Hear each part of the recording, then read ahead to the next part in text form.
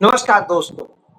एक समय में लोग कहते थे अंग्रेजों की सत्ता कैसे उखड़ेगी, अंग्रेज कभी नहीं जाएंगे, ये सत्ता सदैव रहेगी। जो लोग अंग्रेजों का विरोध कर रहे हैं वो मूर्ख हैं, और जो लोग इसका विरोध करते हुए अपने शीश कटा रहे हैं वो फालतू का काम कर रहे हैं, फालतू की अपनी जान दे रहे हैं। इससे बड़ी मूर्खता कुछ नहीं हो सकती। नहीं, अंग्रेज कभी नहीं जाएंगे। ये कहने वाले थे कौन? ये कहने वाले जो आज के भाजपाई हैं वही संघी थे, हिंदू महासभा और आरएसएस के लोग, मुस्लिम लीग के लोग और सीपीआई यानी वामपंथी लोग यही थे जो कह रहे थे कि नहीं नहीं, अंग्रेज कहीं नहीं जाने वाले, कोई ये लड़ाई मत लड़ो, इससे नुकसान ही होगा, कोई फायदा नहीं होगा। मजदूरों, तुम मजदूरी के हक के लिए लड़ो, लेकिन अंग्रेजों के खिलाफ मत लड़ो। इस तरह से कहा जा रहा था। कोई कह रहा था हिंदुओं, तुम अपने हिंदू राष्ट्र की बात करो कि इसी में हमें हिंदुओं के अलग हक मिले, और मुस्लिम कह रहे थे कि हां हमें मुस्लिम के हक मिले। लेकिन ये पूरी कम्युनिटी नहीं कह रही थी, ये संगठन कह रहे थे। लेकिन इस देश के लोग, जुनूनी लोग, वो लड़ रहे थे। वो जानते थे इस सत्ता को उखाड़ फेंका जा सकता है, उसके लिए नैतिक बल चाहिए, उसके लिए एक सच्चे लड़ाई लड़ने की मादा होना चाहिए। और यह लड़ाई लड़ी जा रही थी महात्मा गांधी के नेतृत्व में, पंडित जवाहरलाल नेहरू के नेतृत्व में, सुभाष चंद्र बोस के, सरदार पटेल के, मौलाना आजाद के, और इसी तरीके से जो है भगत सिंह, चंद्रशेखर आजाद, राजगुरु और ये जितने लोग थे, इन सब के बूते लड़ी जा रही थी। और जब यह लड़ी जा रही थी उस वक्त ये लोग डरे घूम रहे थे, सेवा कर रहे थे, मुखबिरी कर रहे थे। वही जो आज मनुस्मृति चिल्ला रहे हैं। क्यों चिल्ला रहे हैं? यही बात तो राहुल गांधी कहलवाना चाहते थे कि ये मनुस्मृति वाले लोग हैं, ये मनुस्मृति से देश चलाना चाहते हैं। क्यों? जब भारत का संविधान बना तब भी इन्होंने यही किया था, कहा था नहीं ये संविधान हम अस्वीकार करते हैं, और उसकी प्रतियां जलाई थी, नेहरू की और अंबेडकर की प्रतियां इन्होंने जलाई थी, उनके पुतले जलाए थे, यह कहते हुए कि इसमें मनुस्मृति नहीं। जी हां, इन्हें मनुस्मृति चाहिए थी। तो अब जब कहा जाता था ये मनुस्मृति वाले, तो अपने आप को बिल्कुल अलग कर लेते थे।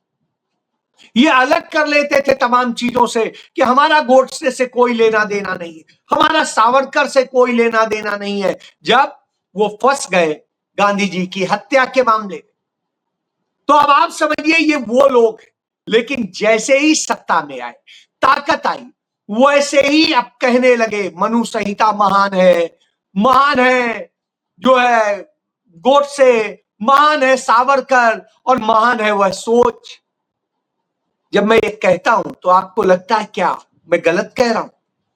इन्होंने वंदे मातरम को लेकर के संसद में पास किया, जबकि संविधान सभा ने जो वंदे मातरम पास किया था, जो डॉक्टर अंबेडकर के नेतृत्व में, वह सिर्फ 2 ही छंद है। इन्होंने 6 छंद पास किए। क्यों किए? ये इसलिए करते हैं क्योंकि आप देख लीजिए क्या है, अंग्रेजों की सेवा की, अंग्रेज कभी नहीं जाएंगे, इस सेवा को यह दर्शाता है।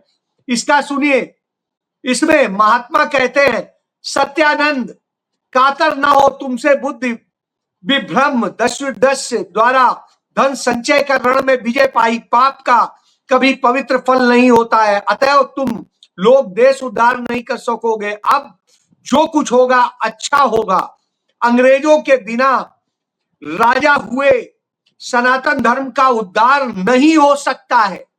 यानी अंग्रेज जब होंगे, राजा होंगे, तभी उद्धार हो सकता है, नहीं तो नहीं हो सकता है। यानी अंग्रेजों के बिना उद्धार नहीं हो सकता है। दूसरा सुन लीजिए, ये लिखते हैं, बहुत दिनों से इस देश में बहुवर्षीय ज्ञान लुप्त हो चुका है, इसलिए वास्तविक सनातन धर्म का भी लोप हो गया है। सनातन धर्म के उद्धार के लिए पहले बहिर्विषयक ज्ञान प्रचार की आवश्यकता है। इस देश में इस समय बहिर्विषयक ज्ञान नहीं, इसे सिखाने वाला कोई नहीं है। तय बाहरी देशों से बहिर्गमन द्वारा भारत में फिर लाना पड़ेगा, बाहरी देशों से लाना पड़ेगा। अंग्रेज उस ज्ञान के प्रखंड पंडित हैं, लोक शिक्षा में बड़े पटु हैं। अतएव अंग्रेजों के ही राजा होने से अंग्रेजी की शिक्षा से स्वतः हुआ ज्ञान उत्पन्न होगा। जब तक उस ज्ञान से हिंदू ज्ञानवान, गुणवान और बलवान न होंगे, अंग्रेज राज्य रहेगा। उस राज्य में प्रजा सुखी होगी, निष्कंटक होगी, धर्माचरण होगी। अंग्रेजों से बिना युद्ध किए ही निशस्त्र होकर मेरे साथ चलो। इसके बाद कहते हैं महात्मा, यदि ऐसा ही है तो अंग्रेजों को ही राजा बनाना था, तो हम लोगों को इस कार्य में प्रवृत्त करने की क्या आवश्यकता थी? तो क्या कह रहे हैं महापुरुष? अंग्रेज उस समय बनिया थे, अर्थ संग्रह में उनका ध्यान था। अब संतानों के कारण ही वे राज्य शासन हाथ में लेंगे, क्योंकि बिना राजत्व किए धर्म अर्थ संग्रह नहीं हो सकता। अंग्रेज राजदंड ले, इसलिए संतानों का विद्रोह हुआ। अब जाओ स्वयं ज्ञान प्राप्त कर दिव्य चक्षुओं से सब समझो। अंग्रेज राज्य तुम्ही लोगों द्वारा स्थापित समझो, यानी अंग्रेजों का राज्य स्थापित करो, यह बात कह रहे हैं इसमें। और इसके बाद कह रहे हैं कि शत्रु कौन है? शत्रु जब कोई नहीं, अंग्रेज हमारे मित्र हैं। फिर अंग्रेजों से युद्ध का अंत में विजयी हो, ऐसे सभी किसी को हमें करना है। अंग्रेज हमारे मित्र हैं। ये आप देखिए, ये उसी उसमें जिसमें 6 छंद किए गए, उस आनंद मठ की प्रतियां हैं। ये पेज देख लीजिए, मैंने अंडरलाइन किया हुआ। तो अब आप समझ लीजिए, इसीलिए आनंद मठ में 6 है छंद, और वहां पर जो है, जो असली लिखा गया उसमें 2 ही छंद। इसलिए ये चाहते हैं, और इसीलिए ये कह रहे थे अंग्रेज तो कभी नहीं जा सकते, लेकिन गए। उसी तरीके से भारत के नेता प्रतिपक्ष जब बताते हैं कि मोदी बीजेपी आरएसएस का राज अब निपटने वाला है, ये निपटने की तरफ बढ़ रहा है, तो हमें दिखाई देने लग रहा है। लेकिन अभी भी वो अंधे लोग हैं जो इनके ज्ञान से पोषित हैं, उन्हें लगता है नहीं, कुछ नहीं होने वाला है, कुछ नहीं हो सकता, क्योंकि तब भी अंग्रेजों के ही हाथ में सब कुछ था। सारे राजे रजवाड़े उनके आगे सरेंडर कर चुके थे, जमींदार सरेंडर कर चुके थे, व्यापारी सरेंडर कर चुके थे, और बहुत बड़ी तादाद में जनता मरा हुआ समाज थी। तो ऐसी स्थिति में लग रहा था कोई नहीं होगा, लेकिन महात्मा गांधी के नेतृत्व में कांग्रेस पार्टी ने, पंडित जवाहरलाल नेहरू के नेतृत्व में कांग्रेस पार्टी ने देश को जगाना शुरू किया, और दोनों ने इस ढंग से काम किया। और उसके बाद टीम बनती गई। सुभाष चंद्र बोस आए, सरदार पटेल आए, मौलाना आजाद आए, और इस तरह से तमाम लोग आए, जौहर बंधु आए, और इन सब ने मिलकर के कैसे एक मजबूत आधार दिया। और उसके बाद अंग्रेजों को इस देश से भागना पड़ा, और गांधी जी में यह हिम्मत आई कि अंग्रेजों भारत छोड़ो। उन्होंने यह आंदोलन शुरू किया और अंग्रेजों को भगा के ही माने। तो अब आप समझिए, यह काम उन्होंने किया था। उसी तरीके से राहुल गांधी ने जब यह कहा और भारत जोड़ो यात्रा शुरू की, और जोड़ो जोड़ो भारत जोड़ो, नफरत छोड़ो भारत जोड़ो, जी हां, ये वैसा ही आंदोलन है जैसा 1942 में अंग्रेजों भारत छोड़ो आंदोलन था। उसी तर्ज पर शुरू हुआ और उसकी जागृति हुई, और उसके बाद 5 साल बाद 1947 में देश आजाद हो गया। बनाने में कुछ वक्त लगा, और बना, और फिर अपना शासन स्थापित। यह था तरीका। उसके बाद रोजी रोजगार, उद्योग धंधे, शिक्षा, स्वास्थ्य, इन सब पे काम शुरू हुआ। सिंचाई, किसानी, मजदूरी, सबके लिए काम शुरू, युवाओं के लिए काम शुरू। यही तो राहुल गांधी समझा रहे हैं। राहुल गांधी यही बता रहे हैं कि निपटने वाले, क्यों निपटने वाले हैं इसको भी समझना पड़ेगा। एक डेटा 2024 का ही है, क्योंकि ये डेटा तो देते नहीं है, तो डेटा मिल नहीं पाता है, इसलिए बड़ी सारी समस्याएं होती। तो वो डेटा देखिए पहले, कि डेटा ये है कि नरेंद्र मोदी सरकार में के जो 2024 तक का कार्यकाल, उस कार्यकाल में नौकरियां खत्म हो रही, रोजगार खत्म हो रहा है और खत्म हो रही है शिक्षा। उसका एक उदाहरण देखिए कि महाराष्ट्र में 36,000 उद्योग बंद हो गए। 5 साल में 36,000 उद्योग बंद हो गए महाराष्ट्र की डबल इंजन की सरकार। अब आप सोचिए, बार बार कहते थे ये लाओ, हम ये करेंगे वो करेंगे, तो 36,000 से अधिक उद्योग बंद हो गए। अब ये उद्योग बंद होंगे तो साहब नौकरियां तो आपकी जाएंगी। दूसरा देखिए, इसी पे एक डेटा है, एक दशक में यानी 10 साल में भारत सरकार में जो खाली पद है 4.25 लाख, 8.25 लाख, उनमें यह स्थिति है जो 4.25 लाख थे वो हो गए, डबल हो गए करीब। तो अब आप समझ लीजिए यह स्थिति है। और इनमें यह हालत है कि तमाम जगह ऐसी थी जहां पद खाली थे 2015 में, जैसे रेलवे में सारे पद भरे हुए, नौकरियां जनरेट होनी थी, उल्टा हो गया कि अब सारी खत्म कर दी गई। और इसके बाद में आज वहां 2 लाख के करीब पद खाली पड़े हुए, 2 लाख क्या 2.5 लाख पद खाली पड़े। इसी तरीके से सिविल डिफेंस में खाली पड़े हुए हैं 2.5 लाख के पद। इसी तरह गृह मंत्रालय में 1.25 लाख के पद खाली पड़े हुए हैं। इसी तरह राजस्व विभाग में खाली पड़े हुए हैं 1.25 लाख। इसी तरह डाक विभाग में करीब 62,000 खाली पड़े हुए हैं। इसी तरीके से और दूसरे, तो इस तरह से जब आप आएंगे तो ये, अब इसमें जो सबसे बड़ी बात, सरकार ने क्या किया, आपका आरक्षण, आपका सब कुछ छीनने के लिए उसने क्या किया कि हम कानूनी तौर पे तो नहीं छीन सकते, तो अब ये करते हैं सबको आउटसोर्स पे रखें। अब हम नौकरियां भरेंगे ही, तो उसने नौकरियां नहीं भरी और उसने 50% पदों पर आउटसोर्स लोगों को भर्ती कर रखा। यानी आप किसी कंपनी के एम्प्लॉय हैं, सरकार के नहीं, कॉन्ट्रैक्ट पर भी नहीं, कॉन्ट्रैक्ट उस कंपनी का, तो आप आज वो बन गए, आपके बच्चों का भविष्य कुछ नहीं है, किसी भी क्षण वो लात मार के निकाल दे। और आरक्षण उसमें देना नहीं, तो आरक्षण खत्म हो गया।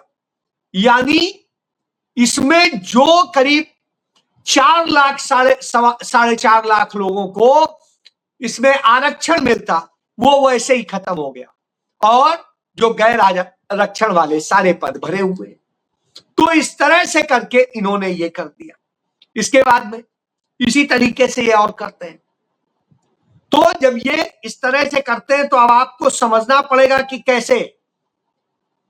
तो इन्होंने क्या किया, आपको फंसाने का काम किया। नहीं, मनुस्मृति के मुताबिक चलिए। क्यों चलिए? क्योंकि मनुस्मृति कहती है गुलाम बना के रखिए लड़कियों को, महिलाओं को, और उन्हें कहीं पर भी कोई हक नहीं होना चाहिए, वो सिर्फ उपभोग की वस्तु रहे।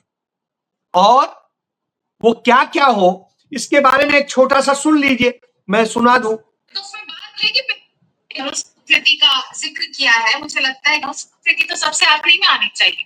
क्या जफर इस्लाम साहब इस बात से वाकिफ रखते हैं? क्योंकि अब मैं चाहूंगी आप मुझे थोड़ा सा समय दें, क्योंकि जब आप राहुल गांधी जी बात करते हैं अध्याय 5 श्लोक 3 की, तो उसमें बात है कि पिता रक्षति कौमारे भर्ती रक्षति यौवते रक्षन्ति स्थायित्वे पुत्रः स्त्री स्वात्र महर्ति।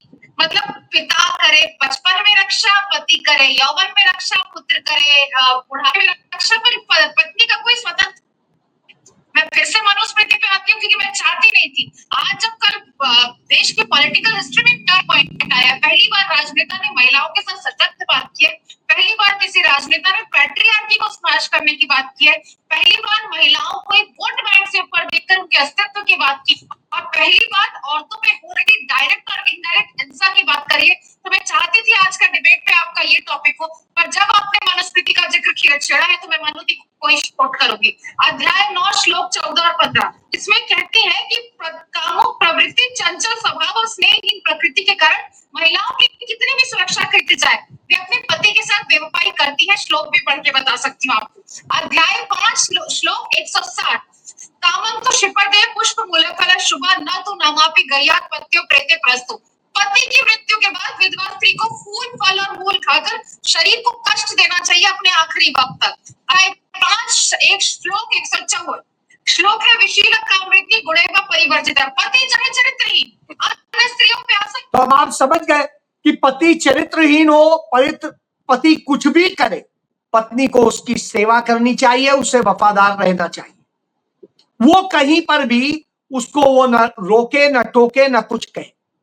और दूसरी चीज कि यदि पति मर जाए तो पत्नी कंद मूल फल खा के रहे, उसे शरीर को भयंकर कष्ट दे के रखना चाहिए और उसे बस सिर्फ कैसे जीवित रहे इसके लिए खाना चाहिए। ये मनुस्मृति कह रही। मनुस्मृति कह रही है कि आप पहले पिता के, फिर पति के और फिर बेटे के, इनकी आप संरक्षा में, इनकी गुलामी में आप रहेंगे, आपको कोई हक नहीं। तो यही बात तो राहुल गांधी ने कही। तो आदित्यनाथ बताने लगे, उनके तमाम बीजेपी आरएसएस के नेता बताने लगे, अरे राहुल गांधी को मनुस्मृति का क्या पता, ये है मनुस्मृति से ही सब कुछ चलता है और ये होता है। यही बात तो राहुल गांधी आपके मुंह से कहलवाना चाहते, क्योंकि इस देश के तमाम समाज के लोग ये सोच रहे थे कि नहीं नहीं, गलत कहा जाता है, ये मनुस्मृति वाले नहीं है, वो ऐसे नहीं है, क्योंकि ये कहते नहीं।